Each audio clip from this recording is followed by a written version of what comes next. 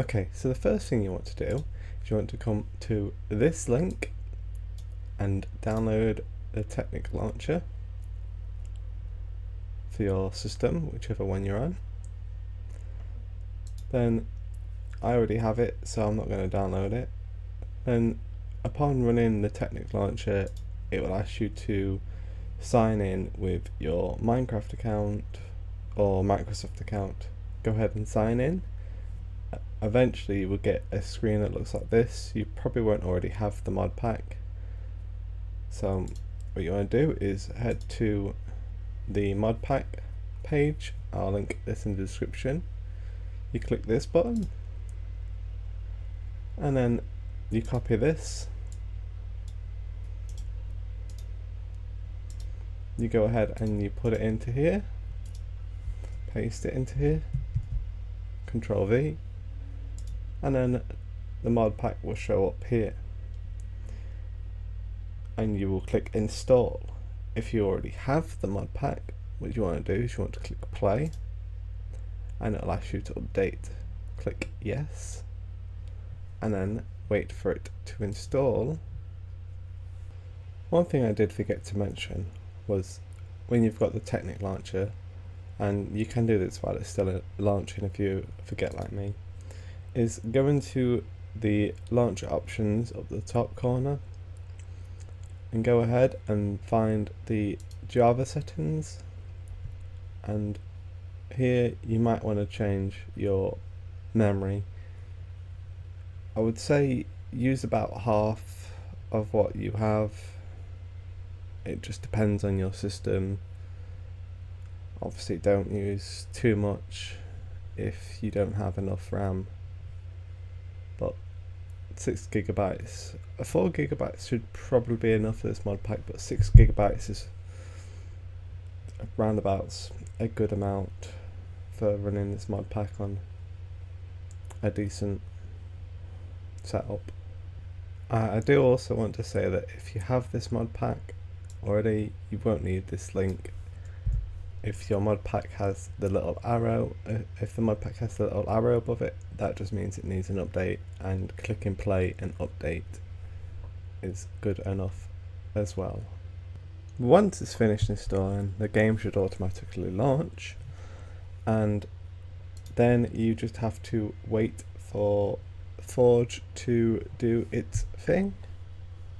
This can take quite a while, and in my opinion it takes a little bit longer than 1.6.4, but once it's done its thing, then it runs quite good. Once it's loaded up, this isn't a required step, but I highly recommend it. Go ahead and click options, resource packs, and I've got 2 because of the previous one. Ignore that, you probably won't have, well, if you have the old pack you might have this. Just click this one, the one that says VPF on it, click done. Once that's done, you should have Sphax loaded. You want to go ahead and go into your options and set your video settings to how you like them. Once again, this isn't the required settings or the recommended settings. This is just the settings I have. So if you're getting a bit of lag, you might want to try and experiment around with what works best for you.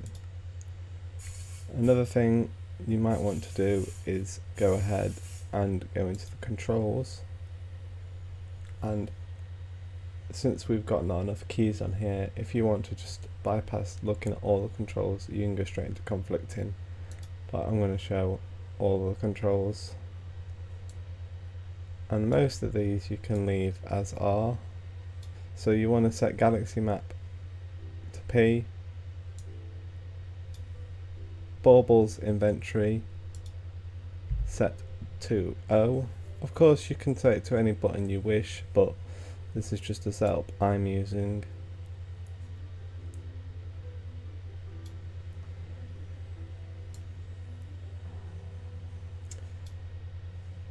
Where it says zoom on the minimap, minimap controls, just go ahead and press left Alt.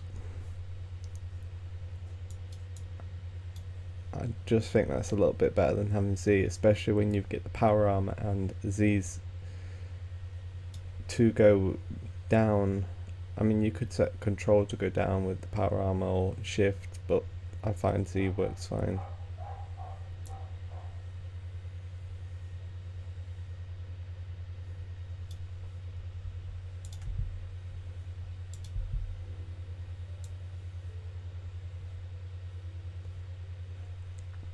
If it isn't already, again, set the cosmetics on modular power suits to L and the keybinds on modular power suits to K.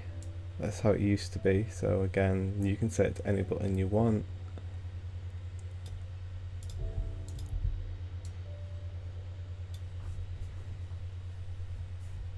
And go ahead and hit done.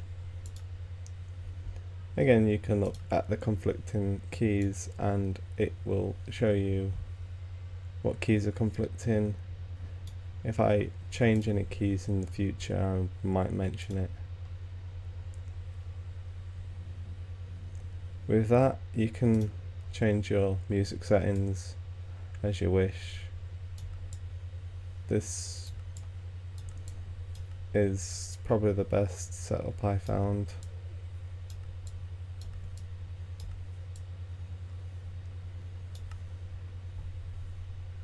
Pretty much something like that. That seems to be okay. Of course, don't forget to set your difficulty. If you don't want it on hard, don't have to play it on hard. Then you want to go ahead and click single player. Create yourself a new world. Doesn't matter what you call it at this point. You can even delete this world if you want, or you can set this up as your main world.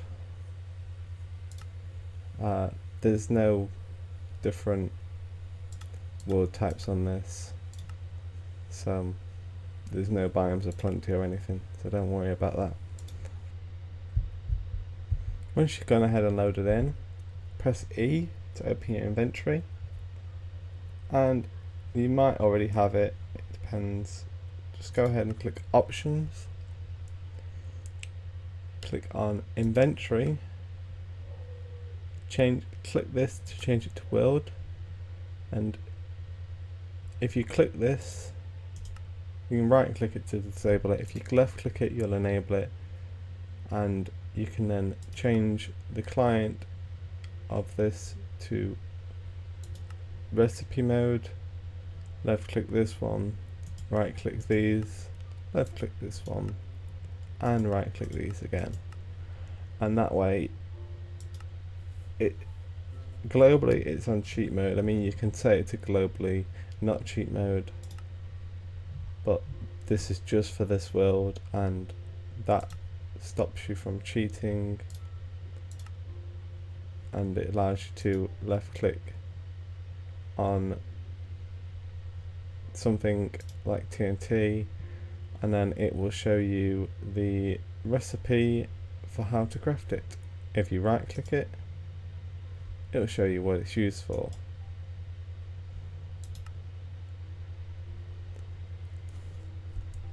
Next thing you might want to do is press M, open up the map, go ahead and click options, and here you can change how the minimap looks.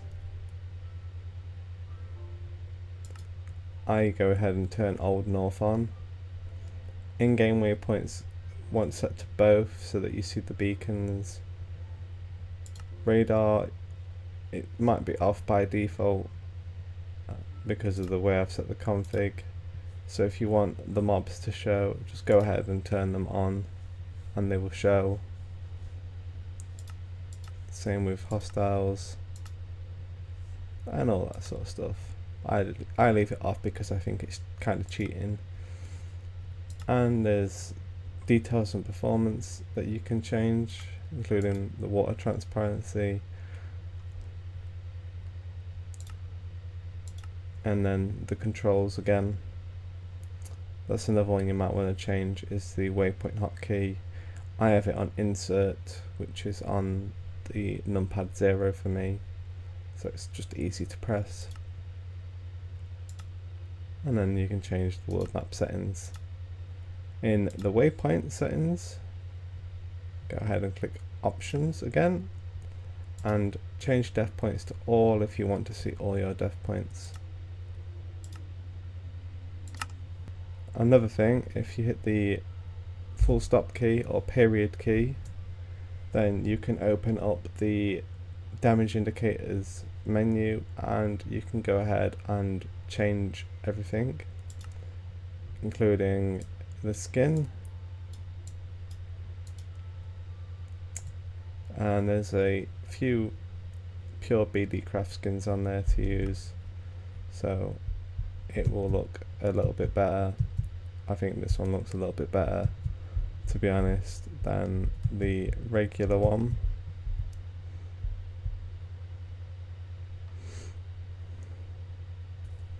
And of course there's a few other settings you can change in there, such as turning certain mobs off and on, so you can go ahead and play with that.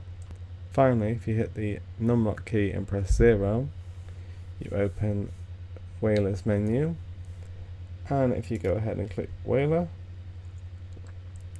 it might already be on again, but if it's not, you're not seeing liquids, just go ahead and toggle them visible, and if you're not seeing it, just go ahead and toggle it visible again, and you can edit all of the modules. And of course with the numlock key on, you can press 1 to disable it, and if you really wanted to, I'll show you really quickly, you can press 2 and it disables liquids, so you can see what's underneath the water.